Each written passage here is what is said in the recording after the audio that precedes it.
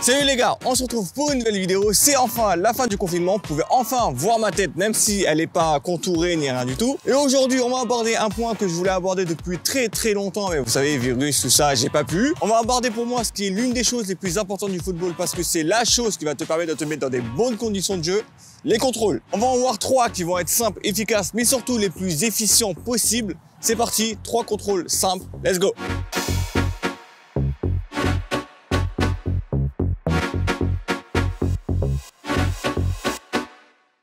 Et on va commencer directement par le plus simple des 3, le contrôle poitrine. Avant de rentrer dans les détails, il faut savoir que la facilité d'un contrôle se juge surtout sur la surface que vous allez pouvoir utiliser de votre corps.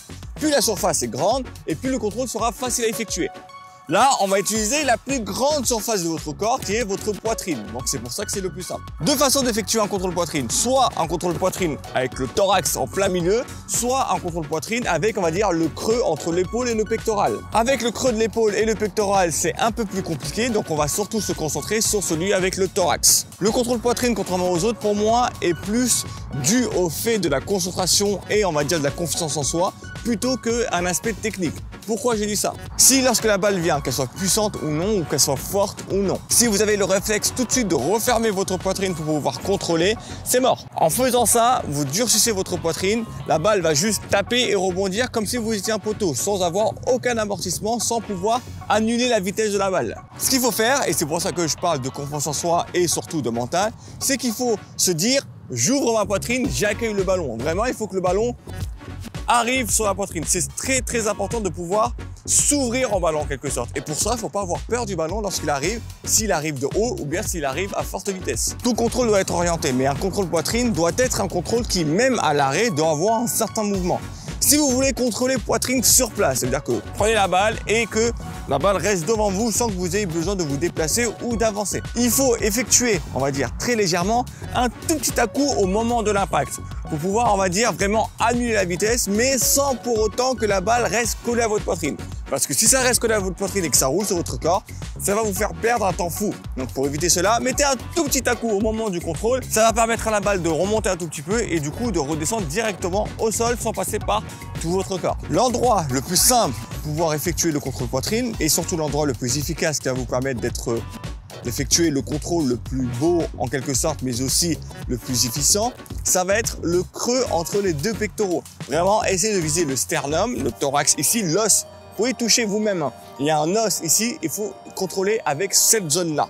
Vraiment. Touchez entre la zone, entre les deux pectoraux, au niveau des poumons, l'os qui est juste ici. Si vous arrivez à toucher le ballon avec cette zone, le contrôle va être effectué tranquillement. N'hésitez pas à accueillir le ballon comme si, je sais pas moi, je sais pas, il y a des liasses de billets qui tombent sur vous. Voilà, accueillissez le ballon, prenez-le et normalement ça devrait le faire tranquillement.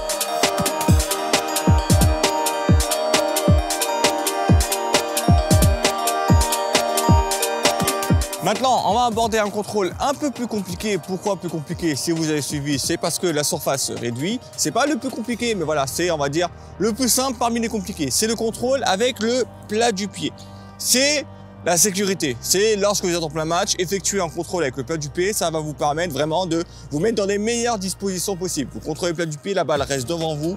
Vous avez le temps de voir le jeu et la distance entre le pied, le contrôle, le ballon et le sol. La balle ira très rapidement au sol, ce qui laissera peu de temps au défenseur pour venir prendre la balle, contrairement à un contrôle poitrine. Sur ce contrôle, on va aborder un point qu'on va préciser un peu plus sur le prochain contrôle, mais il va vous falloir être relâché. Pour pouvoir effectuer un contrôle du pied, c'est le relâchement.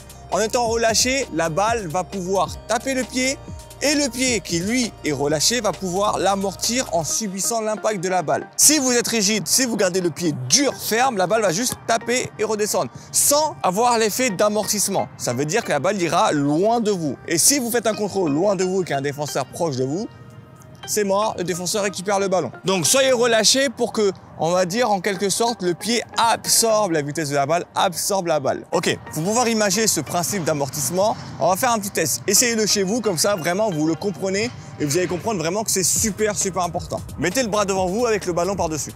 Lancez le ballon.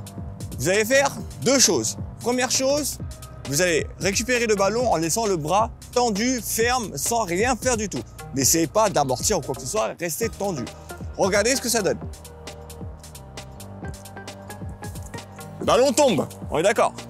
Maintenant, faites la même chose, mais en amortissant le ballon. Bras tendu, je lance et j'amortis.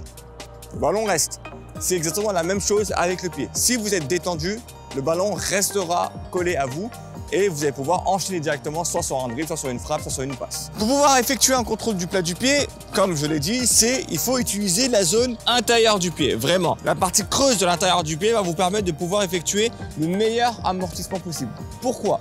Si vous prenez le ballon et que vous le mettez au niveau de votre plat du pied, vous vous rendez compte que ça rentre parfaitement. Le creux du plat du pied et le ballon font exactement la même taille. Si vous arrivez à choper cette zone-là, le ballon va rester collé à votre pied. Ça, c'est pas un souci. Donc vraiment, visez le creux en vous imaginant que le ballon s'emboîte parfaitement avec votre pied.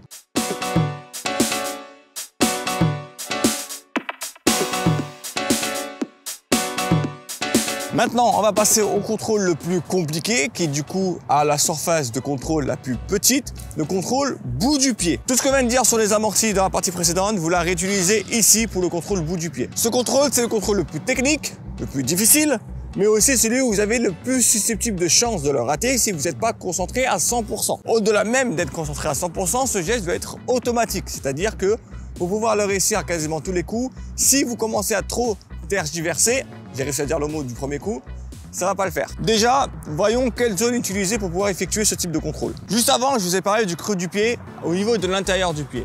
Mais si vous regardez bien, il y a également un creux du pied au niveau de la partie coup de pied.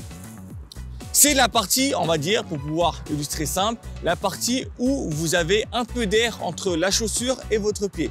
C'est la partie juste après le métatarse interne, quand on parle souvent lorsqu'on fait des tutos sur les frappes, et les bouts du pied. Donc, entre le bout du pied et le métatarse, vous avez un petit creux. Vous pouvez le sentir parce que la chaussure, elle n'est pas collée à cette partie-là. C'est cette zone-là que vous allez devoir utiliser pour pouvoir effectuer le contrôle. Pour pouvoir effectuer un contrôle bout du pied, moi, ce que j'appelle et ce que la plupart des gens appellent la colle, il faudra s'imaginer en train de faire un pas de marche. Qu'est-ce que je veux dire par là? Un pas de marche, c'est-à-dire juste marcher. En fait, en effectuant un pas de marche, vous vous rendez compte que vous allez effectuer un amorti avec le bout du pied. Regardez bien, à partir du moment où je pose le talon, le pied va commencer à descendre. Et si j'arrive à faire ce pas de marche à la même vitesse que la balle descend, vous allez pouvoir effectuer un amorti qui reste collé au sol. Donc illustrons, la balle vient, hop, le petit pas, tout le temps. C'est ça qu'il faut effectuer. Un petit pas qui va permettre au ballon de rester collé et plaqué au sol sans qu'il y ait aucun rebond. La grande difficulté dans ce geste-là, ça va être le timing. Parce que effectuer un pas à la bonne vitesse qui est en concordance avec la vitesse du ballon, mais aussi souvent c'est des ballons qui viennent de très haut, il faut avoir un timing parfait. Pour ça, il ne faut pas quitter la balle des yeux, mais il faut surtout savoir à l'avance où est-ce que la balle va atterrir exactement. Vu que c'est le contrôle qui nécessite le plus de travail, n'hésitez pas à le répéter, à le répéter chez vous. C'est très simple à pouvoir le travailler. Vous prenez le ballon, vous tirez en l'air et vous contrôlez.